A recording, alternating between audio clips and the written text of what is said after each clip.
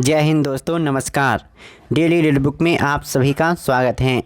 आप सभी कैसे हैं? मुझे उम्मीद है कि आप सभी अच्छे होंगे और अच्छी तरह से पढ़ाई कर रहे होंगे। तो आपको टेंशन नहीं लेना है, आपको धीरे धीरे लगातार पढ़ते जाना है और एक ना एक दिन एग्ज़ाम का वक्त आएगा और उसमें आप बेहतर परफॉर्मेंस ज़रूर ही करेंगे। तो लगातार पढ़ते रहिए, समझते रहिए, सीखते रहिए। अगर आप इस चैनल पर नए हैं तो इस चैनल यानी इस परिवार का सदस्य निश्चित रूप से बन जाइए और आपको जो भी समस्या होती है, चाहे लाइफ से रिलेटेड हो या एग्ज़ाम से रिलेटेड हो या और कोई समस्या हो, टेलीग्राम पे या इसे कमेंट बॉक्स में लिख सकते हैं। हम एक एक का जवाब देंगे। तो चलिए, आज इस वीडियो में हम लोग पोषण यानी न्यूट्रिशन के बारे में अध्ययन करेंगे। और थोड़ा ये चैप्टर थोड़ा बड़ा है। यह चैप्टर 3 पेज में समाप्त होता है और न्यूट्रिशन से जो भी प्रश्न बनते हैं वो सारे प्रश्न को इस वीडियो में क्लियर करेंगे। तो वीडियो को अंत तक देखते रहिए। और ये बुक है महेश कुमार बर्नवाल का, ये एनसीईआरटी सार संग्रह। तो उसी बुक से यह चैप्टर को लिया गया है, यह टॉपिक को लिया गया है और यह वन लाइनर के फॉर्म में है। आप आराम से 1-2 बार सुनिए, याद हो जाएगा। बहुत ही इम्पोर्टेंट प्रश्न है और कोई भी एग्ज़ाम आप दीजिएगा तो इससे प्रश्न निश्चित रूप से आएंगे ही आएंगे। तो चलिए स्टार्ट करते हैं। मानव शरीर में किस पोषक तत्व की कमी के कारण शारीरिक वृद्धि धीमी होती है? तो इसका आंसर होगा प्रोटीन। बॉडी बिल्डिंग फूड कहा जाता है प्रोटीन को। मानव शरीर में किस पोषक तत्व की कमी के कारण शारीरिक वृद्धि धीमी होती है? तो प्रोटीन की कमी के कारण, यानी प्रोटीन को बॉडी बिल्डिंग फूड या शरीर निर्माता भोज्य पदार्थ कहा जाता है। विटामिन ए का मुख्य स्रोत क्या है? तो विटामिन ए का मुख्य स्रोत दूध है। प्रोटीन एवं वसा दोनों की प्रचुरता किस खाद्य पदार्थ में होती है? तो मूंगफली में। प्रोटीन एवं वसा मूंगफली में प्रचुर मात्रा में पाया जाता है। शरीर में त्वचा के नीचे विद्यमान वसा शरीर की ऊष्मा के ह्रास के विरुद्ध अवरोधक का कार्य करती है। शरीर में त्वचा के नीचे विद्यमान वसा शरीर की ऊष्मा के ह्रास के विरुद्ध अवरोधक का कार्य करती है। शरीर में ऊतकों का निर्माण किस पोषक तत्व से होता है? तो प्रोटीन से होता है। शरीर में ऊतकों का निर्माण किस पोषक तत्व से होता है? तो प्रोटीन से होता है। बैकग्राउंड में थोड़ा आवाज़ आ रहा होगा कुछ, तो यहाँ कुछ साफ़ सफाई हो रहा है जिसके कारण दीपावली का समय है तो थोड़ा दिक्कत हो रहा है। तो आप परेशान नहीं होइए, चुपचाप सुनते रहिए। अगला प्रश्न है, किस विटामिन को हार्मोन माना जाता है? तो विटामिन डी। विटामिन डी को हार्मोन माना जाता है। विटामिन डी का रासायनिक नाम है कैल्सीफेरॉल, जो कि आगे वीडियो में हम देखेंगे सारे विटामिन के बारे में। कौन सा एंजाइम प्रोटीनों के पाचन में सहायक होता है? तो ट्रिप्सिन। ट्रिप्सिन एंजाइम प्रोटीनों के पाचन में सहायक होता है। सामान्यतः क्रियाशील महिला के लिए प्रोटीन की उपयुक्त दैनिक मात्रा कितनी होनी चाहिए? तो लगभग 45 ग्राम। सामान्यतः क्रियाशील महिला के लिए प्रोटीन की उपयुक्त दैनिक मात्रा लगभग 45 ग्राम होना चाहिए। स्तनपान करवाने वाली मां को प्रतिदिन आहार में लगभग 70 ग्राम प्रोटीन की आवश्यकता होती है। स्तनपान कराने वाली मां को प्रतिदिन आहार में 70 ग्राम प्रोटीन की आवश्यकता होती है। लार यानी सलाइवा किसके पाचन में सहयोग करता है? तो लार या सलाइवा स्टार्च के पाचन में मदद करता है। आलसी या तीसी किसका प्रचुर स्रोत है? तो इसका आंसर होगा ओमेगा-3 बसीय अम्ल का। आलसी या तीसी में ओमेगा-3 बसीय अम्ल मौजूद रहता है। मानव शरीर में पाचन की अधिकांश क्रिया किस अंग में संपन्न होती है? तो छोटी आंत में होती है। मानव शरीर में पाचन की अधिकांश क्रिया छोटी आंत में संपन्न होती है। मांस की तुलना में मछली में सुपाच्य और लाभदायक क्यों माना जाता है? मांस की तुलना में मछली को सुपाच्य और लाभदायक क्यों माना जाता है? तो बहुसंतृप्त वसा अम्ल के कारण। इसलिए आप सभी मछली खाया कीजिए, अधिक से अधिक मांस को थोड़ा इग्नोर कीजिए। दूध किस बैक्टीरिया के कारण खराब हो जाता है? तो दूध लैक्टोबैसिलस।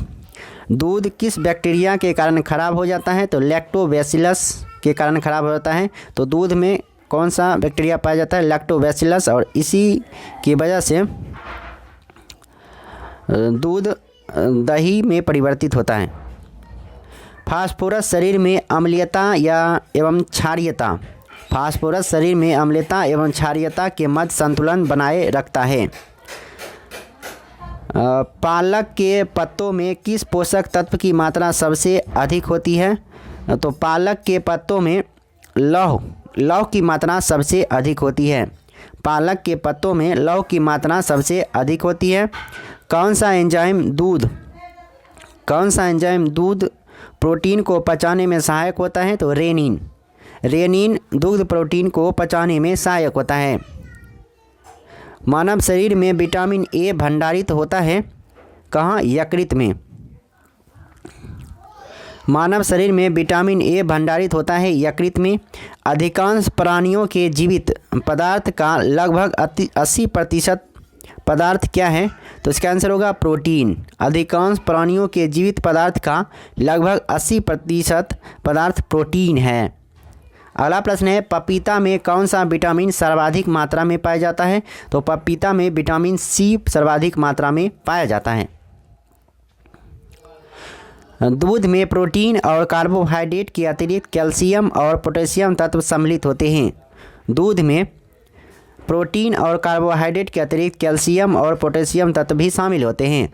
प्रोटीन की अधिकतम मात्रा किस में पाई जाती है? तो प्रोटीन की अधिकतम मात्रा सोयाबीन में पाई जाती है। अल्फा केराटिन नामक प्रोटीन शरीर के किस अंग में पाया जाता है? तो अल्फा केराटिन नामक प्रोटीन शरीर के त्वचा में पाया जाता है। गेहूं में रोटी बनाने के गुणों को प्रभावित करने वाला पदार्थ है ग्लूटेन। गेहूं में रोटी बनाने के गुणों को प्रभावित करने वाले पदार्थ हैं ग्लूटेन।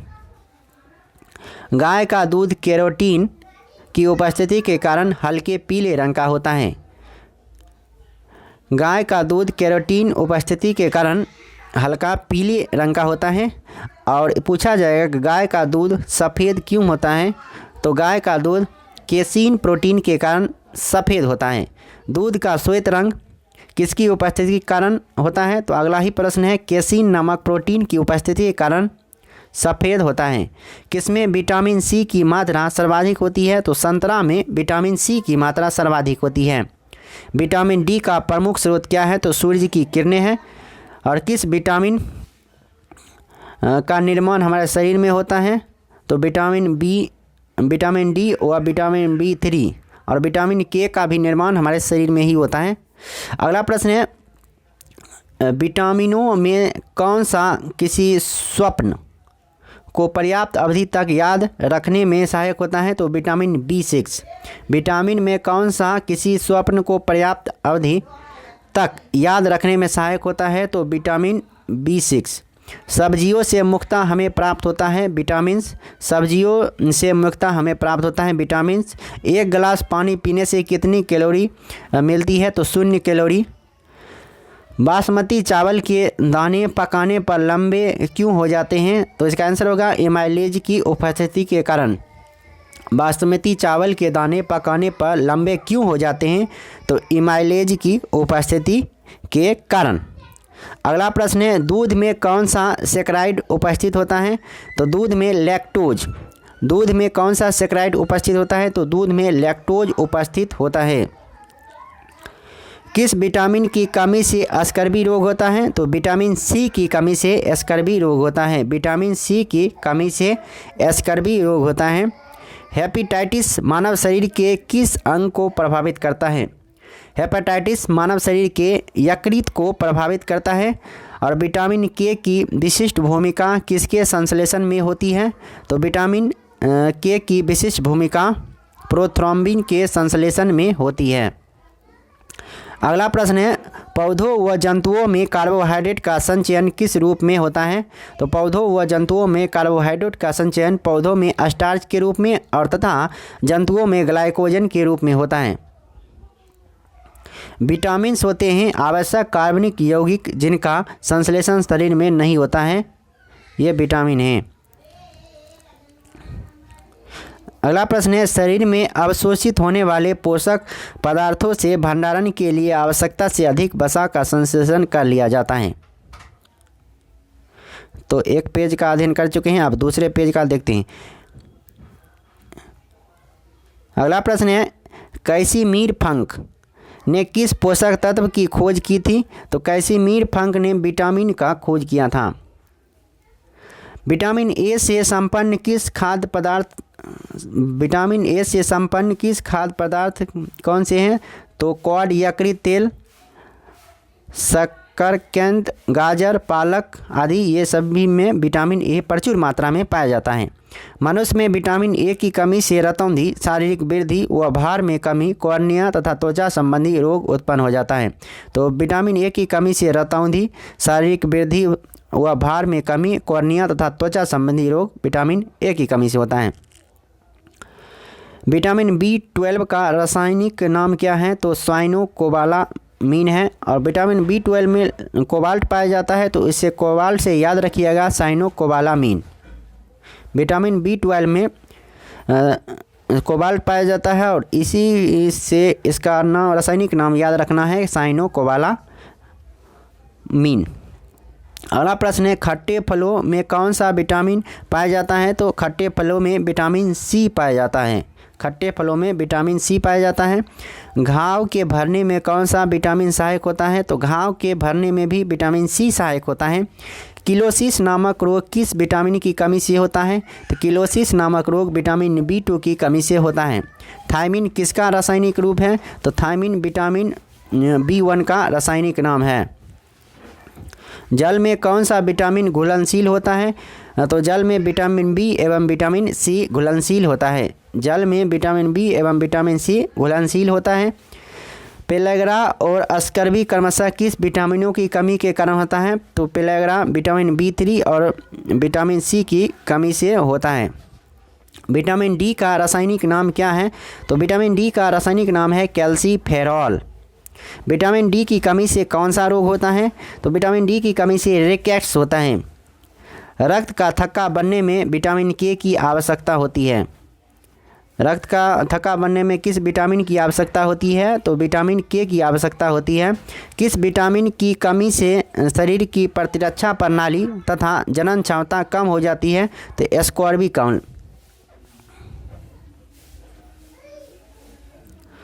अगला प्रश्न है, संक्रमण रोधी विटामिन किसे कहते हैं? तो विटामिन ए को कहते हैं संक्रमण रोधी विटामिन। विटामिन ए को कहा जाता है। किस विटामिन में कोबाल्ट पाया जाता है? विटामिन B12 में। किस विटामिन में कोबाल्ट पाया जाता है? तो विटामिन B12 में पाया जाता है। अनाज के छिलके में मुख्यतः कौन सा विटामिन पाया जाता है? तो थायमीन पाया जाता है। अनाज के छिलके में मुख्यतः कौन सा विटामिन पाया जाता है? तो थायमीन। भोजन में रेशों का महत्व। भोजन में रेशों की अधिकता पाचन क्रिया में सहायक होती है। रेशे युक्त भोजन में ग्लूकोज की मात्रा कम होती है, जिससे आंतों में ट्यूमर बनने की संभावनाएं कम हो जाती हैं। अब है दीर्घ मात्रिक खनिज, माइक्रो मिनरल्स, खनिज तत्व और महत्व। कैल्शियम दीर्घ मात्रिक मतलब अधिक मात्रा में इन खनिजों का शरीर में आवश्यकता होती है। तो कैल्शियम से दांतों और अस्थियों की रचना, रुधिर स्कंदन, तंत्रिकाओं एवं पेशियों के कार्य होता है कैल्शियम से। अब है फास्फोरस। फास्फोरस का क्या महत्व है? तो फास्फोरस दांतों की हड्डियों की रचना करता है, अम्ल क्षार का संतुलन करता है, ATP और DNA का निर्माण करता है। अगला प्रश्न है गंधक अनेक अमीनो अम्लों तथा कुछ हार्मोन्स एवं विटामिनों का घटक होता है। गंधक पोटेशियम अम्ल क्षार का संतुलन करता है, जल का संतुलन करता है और तंत्रिका कार्यों की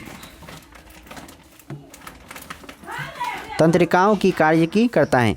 क्लोरीन जठर रस का अम्ल क्षार संतुलन। अगला प्रश्न है सोडियम अम्ल क्षार संतुलन, जल संतुलन, तंत्रिकाओं की कार्यकी। मैग्नीशियम ग्लाइकोलाइसिस तथा एटीपी पर आश्रित अनेक उपापचयी क्रियाओं के एंजाइम का संघटक है। प्रमुख स्रोत है लौ, केला एवं खजूर। पोटेशियम पालक में पाया जाता है, केला एवं खजूर में लौह पदार्थ पाया जाता है। आयोडीन युक्त समान नमक में आयोडीन की मात्रा उपस्थित रहती है और दूध अंडे में कैल्शियम पाया जाता है।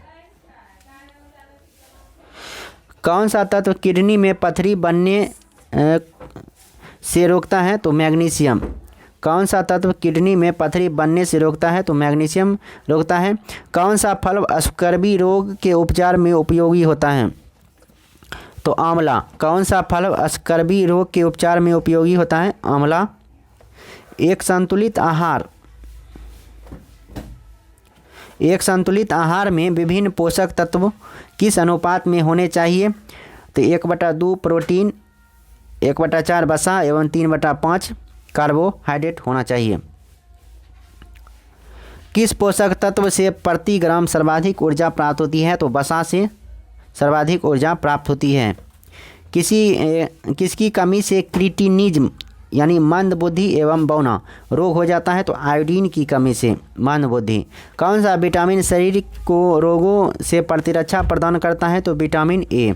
कौन सा विटामिन शरीर के रोगों से प्रतिरक्षा प्रदान करता है? तो विटामिन ए।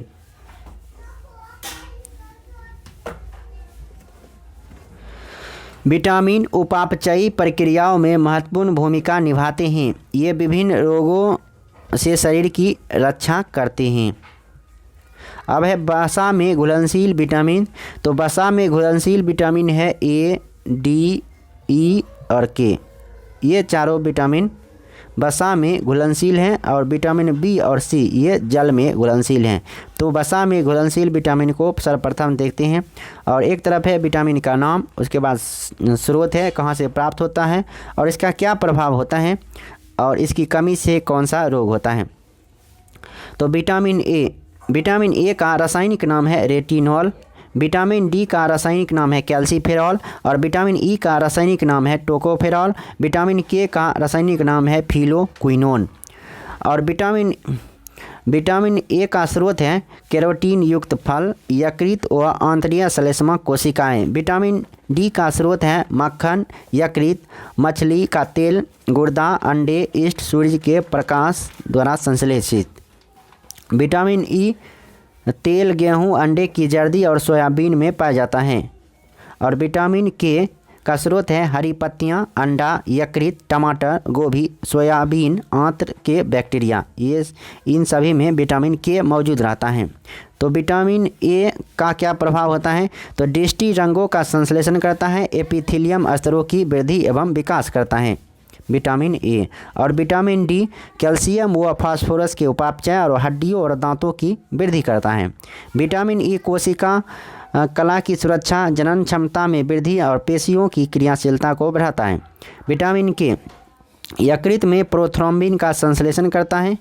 और अब देखते हैं कि इन सभी विटामिनों की कमी से कौन कौन से रोग होते हैं। तो विटामिन ए त्वचा व कॉर्निया व त्वचा की कोशिकाओं का विकास अवरुद्ध हो जाता है विटामिन ए की कमी से। और विटामिन डी की कमी से सूखा रोग यानी ऑस्टियोमलेशिया रोग हो जाता है। और विटामिन ई की कमी जनन क्षमता में कमी करता है और एपिथेलियम कमज़ोर कर देता है। विटामिन के की कमी से चोट पर रक्त का थक्का न जमने से अधिक रक्तस्राव हो जाता है। तो विटामिन उन सभी विटामिन का अध्ययन कर चुके हैं जो वसा में घुलनशील हैं। अब देखते हैं जल में घुलनशील विटामिन। तो जल में घुलनशील 2 ही विटामिन हैं, विटामिन बी कम्प्लेक्स और विटामिन सी। तो विटामिन बी बहुत से प्रकार के हैं। तो उन सभी विटामिन के बारे में जानते हैं कि कौन से विटामिन का कौन सा रासायनिक नाम है और स्रोत क्या है, कार्य की प्रभाव और कमी से कौन सा रोग होता है। तो पहला है विटामिन B1। विटामिन B1 का रासायनिक नाम है थायमीन। विटामिन B1 का रासायनिक नाम है थायमीन। विटामिन B2 का रासायनिक नाम है राइबोफ्लेविन। विटामिन B3 का रासायनिक नाम है निकोटीनिक अम्ल। विटामिन B5 का रासायनिक नाम है पेंटोथेनिक अम्ल। अब विटामिन B6 का रासायनिक नाम है पायरिडॉक्सिन।